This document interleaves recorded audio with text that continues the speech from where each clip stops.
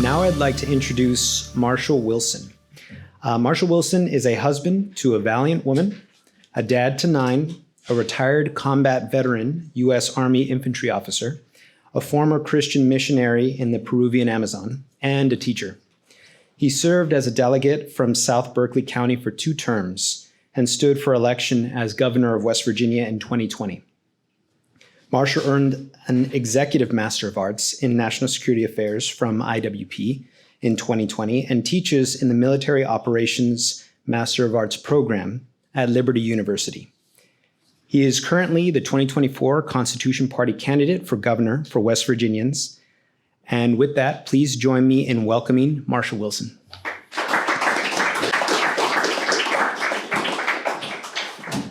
Afternoon, y'all. It's a real honor to be here. Thank you very much for putting up with me. Dr. Hodakevich, after all we've been through together, I'm surprised you want to spend more time with me. So if I may, I'd like to take a second and talk about how a guy from West Virginia ended up as a student at IWP. So Dr. Hodakevich was talking about us in the flyover states. And West Virginia is about as flyover as you can get. We've got a population of approximately 1.6 million in the state. You guys have cities that are bigger than that. You have towns that are bigger than that. 1.6 million people. I want to tell you about these 1.6 million people, though. They're real Americans. They love America. They believe that D.C. is where people are working hard to do for them the things that they need done, that people here are trying really hard to secure their natural rights as our founding documents require. But they're starting to change their mind about that. So let me back up a little bit and talk about how I got here, if I may. So my wife is a retired Navy captain. She's a brilliant lady. I know it's hard to believe considering the fact that she married me, but she is an extremely smart lady, despite that fact. We have 9 children. The last 2 we adopted from Peru. We were missionaries in Peru, and I talked a lady out of an abortion, and she left her newborn twins at my house, and we adopted them. It took us 12 years to bring our children home. So we're talking about the border. I can't bring my children home, and yet people are showing up in towns in West Virginia, and it's an invasion. Okay, so Julie went to drill. I had been praying. I was doing research. I was trying to find a school that I might go to. It'd been a long time since I'd had formal education other than Army schools. And I was looking for a grad school to go to specifically for the purpose of discovering how free societies devolve into totalitarianism so that I could do something about it. I couldn't figure out how it happened, why free people would give over their liberties. So I was looking. I had never heard of IWP. And I was looking at all the grad schools. I live right in the eastern panhandle of West Virginia, about 90 miles from here. So this is commuting distance for me. And I was looking at other schools and I was praying. And my wife came home from drill. She said, I met the craziest guy today. You're not going to believe this. His name's Chris Glass.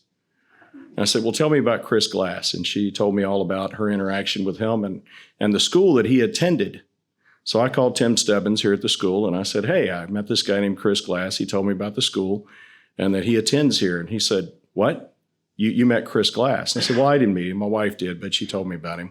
Junior or senior? Well, we're getting there. So Tim, of course, assumes we're talking about Captain Glass, and we were actually talking about Lieutenant Glass.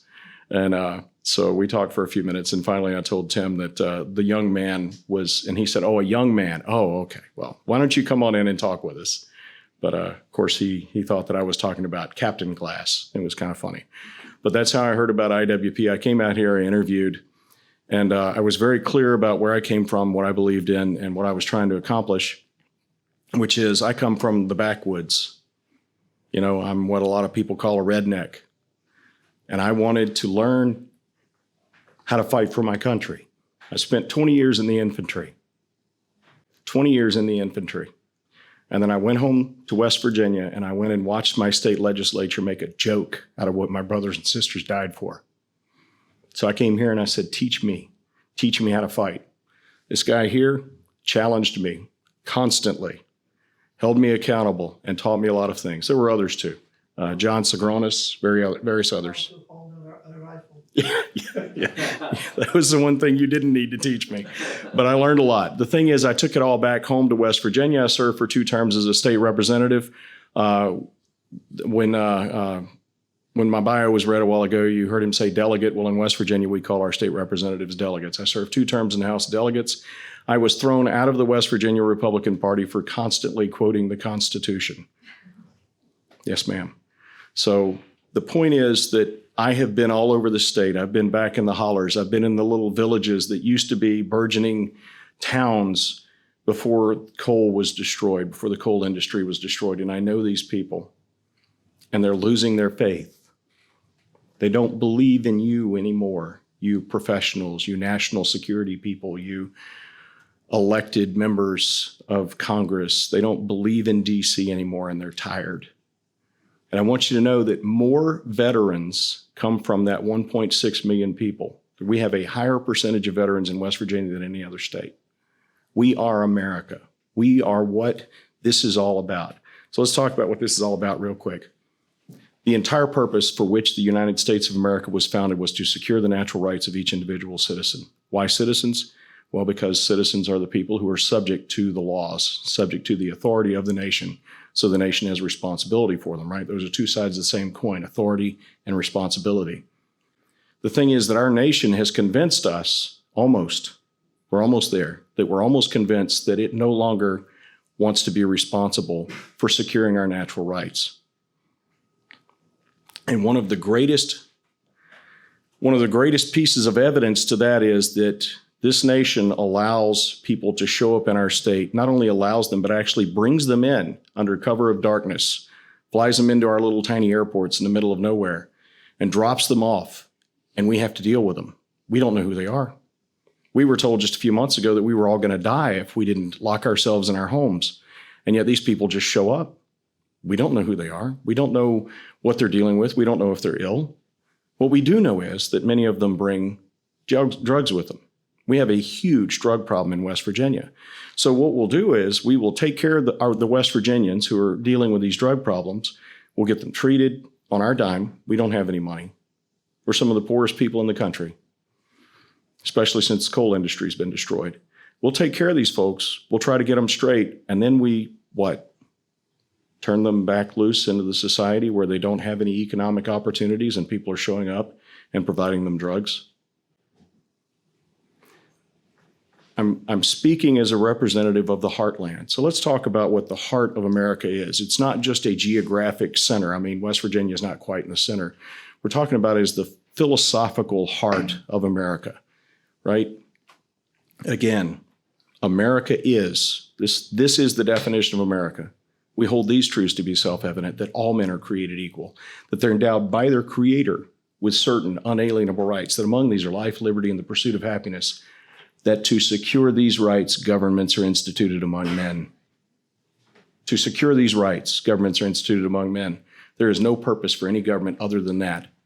So my friends here who are students, who intend to go off and work in the agencies, you understand the only purpose for this entire structure is to secure the individual natural rights of my friends back in the hollers in West Virginia, of his friends in California, of your friends back wherever you came from. That's the only purpose for any of this. And we're failing miserably. Now, of course, the obvious concept here is that we can only secure what we have authority over, and we can only maintain authority if we have borders. I mean, your body has skin. It holds it all together, right? You take your skin off, what have you got? A mess.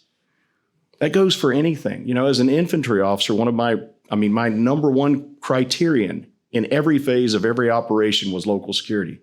I got to keep my guys alive. We can't do our job otherwise. And yet here we sit in the heart of America, and we are constantly bombarded with things that shouldn't even be here. Things we shouldn't have to deal with, that our kids and our grandkids shouldn't have to deal with, because the job is not being done, because security is not maintained. The one foundational element is to secure our natural rights, and it's not happening. Not only that, but when these people come in, money and resources are literally taken away from us as citizens of America and given to people who have no business being here. Now, I want y'all to understand, because the thing that I always hear when I talk about these things is that I'm some sort of a racist, that I hate foreigners. I've lived all over the world. I've lived in South America, where I was a missionary deep in the Amazon jungle. I've lived in Germany, where we were stationed. I've traveled all over Europe. I've traveled all over the United States. I have 2 kids I adopted in Peru and spent 12 years bringing them to the United States. Everybody belongs here. Everybody who wants to be an American, who wants to live according to the principles that we uphold and uphold those principles. So what's really going on here, in my estimation, is I read a book and an article by a gentleman named Benedict Beckeld, and he talks about oikophobia. Of course, it's Greek, and it means hatred of yourself, self-hatred, self-contempt. And if you look at our society right now, you can see that our entire society is being dismantled by self-contempt. But I want to be very clear about the fact that it's not just happening, it's being done. This message is being sowed into our children and our grandchildren's minds and into their hearts. We are learning to hate ourselves, to see ourselves as the bad guys. Now, am I saying that we shouldn't ever look at ourselves and question our motives, question our methods, question whether or not we're doing the right thing? Of course not. We should always strive to do better. We should always try to figure out the best way to do things and how best to serve our principles. But the idea that we would just out of hand decide that we're the bad guys and that everyone else is better than us is destroying us. All right, so basically oikophobia comes about historically in a culture when the leisure class becomes more occupied. And by the way, I want to be clear about this. Many of my friends consider us, people who wear ties and who sit around listening to lectures, consider us the leisure class. I know you don't consider yourself the leisure class, but that's who they see as the leisure class. The leisure class spends more time trying to one-up each other, trying to develop wealth and prestige over each other rather than serving the community, rather than doing their job. And this happens when the nation is so secure that they can afford to do that. Because when it begins, even those who are wealthy have to fight alongside those who are not to keep the society safe, right? Does that make sense? Well, I'd like to offer you a warning. We're going back. We're going through the cycle, and we're coming back to the point where nobody's going to be safe anymore. And you're going to have to fight side by side with my buddies from back in the holler. We need to figure out how to live together and how to protect each other, how to stand up for each other. We have got to do this. Otherwise, we're coming apart at the seams. Success is ironically a prerequisite for this sort of destruction. In other words, we couldn't enter into this kind of self-destruction if we weren't wealthy and secure. I think that's an important concept. So basically, the way I'm looking at it is we are the heart, we back home. And I'm honored to be a part of what I also call the head, which is represented by people in this room. We have got to reconnect the heart to the head, or this body's going to die. The people here need to humble themselves and understand that the people back there are who they serve. I hope I'm really making that point. So the head represents formal knowledge, institutional memory, analysis, and deliberative action. In other words, more strategic thinking than tactical thinking. Of course, the heart is practical knowledge, cultural memory, hope, and responded action, more tactical action. We can't live without each other. Now, damage to either one affects the other adversely. If you have a damaged head, it fails to comprehend the situation and the mission. And our head is suffering terribly right now. It is not functioning. As a matter of fact, I would actually go so far as to say that it's suffering from the psychosis of oikophobia. That we see something else, something external to us, as the principle we're trying to live up to. And that makes no sense at all. We have the greatest set of principles there are, and I quoted it a while ago from the Declaration of Independence. What we have to do is we have to humble ourselves. We have to figure out what we actually are doing wrong, and we have to reinvest ourselves into securing the individual natural rights of each citizen and upholding those principles upon which we were founded. Otherwise, we are going to fall apart. Now, there are many people I know who believe that it's too late, that we've already lost. I'm not one of them. But the problem is, every time they raise their voice, they're put down.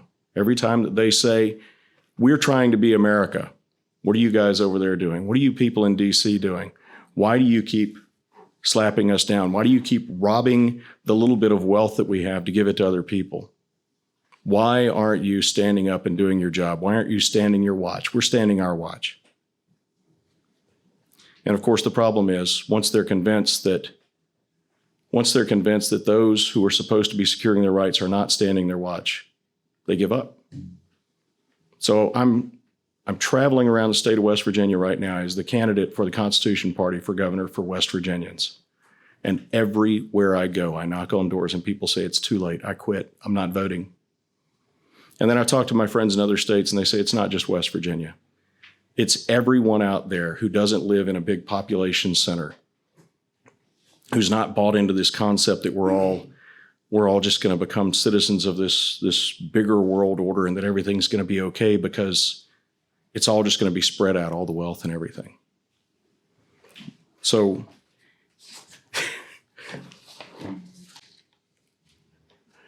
if I may, I'd like to go ahead and take some questions. I realize that what I'm saying here sounds like I'm just pointing the finger at the people in this room.